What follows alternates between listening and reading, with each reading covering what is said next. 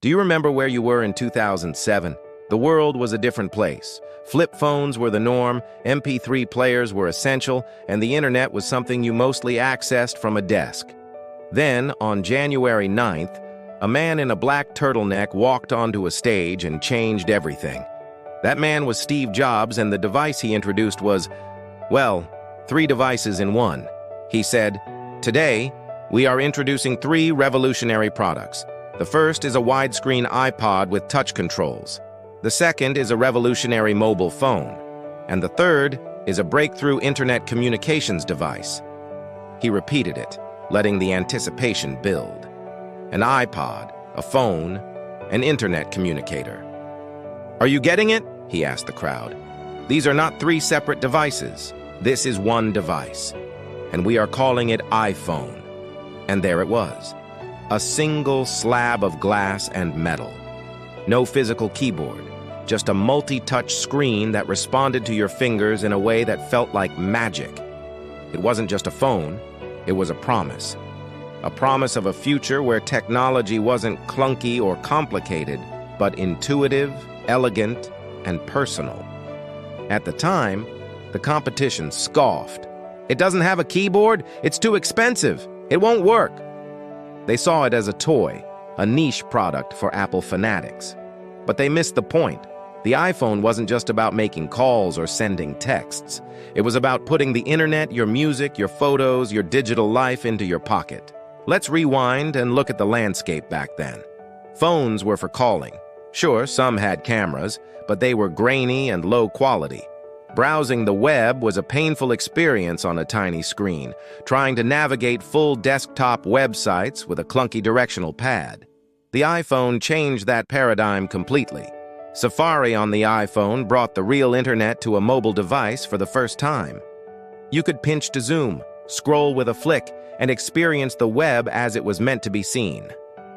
Then, just a year later, came the second revolution, the App Store. This was the masterstroke. Suddenly, the iPhone wasn't just what Apple made it. It was what thousands and soon millions of developers could dream up.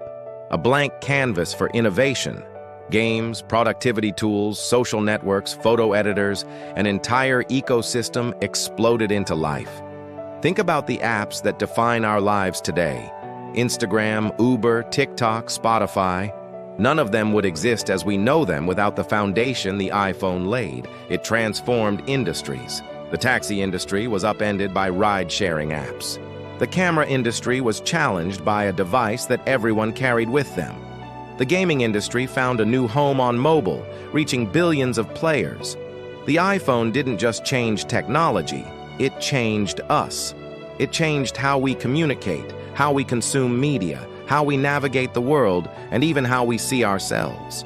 The front-facing camera, initially intended for video calls, gave birth to the selfie, a cultural phenomenon that has redefined self-portraiture for the digital age. We became citizen journalists, capturing and sharing news as it happened.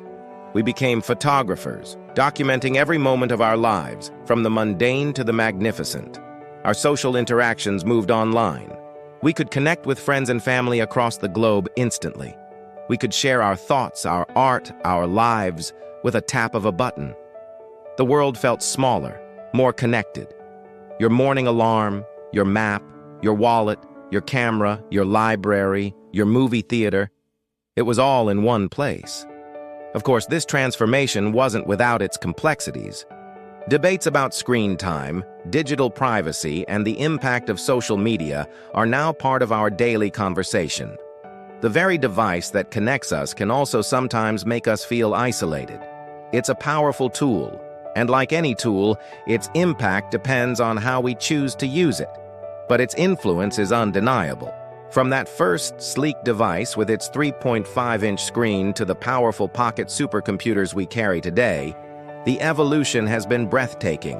Faster processors, incredible cameras that rival professional equipment, and seamless connectivity that we now take for granted. What started as a vision on a stage in San Francisco has blossomed into a global phenomenon.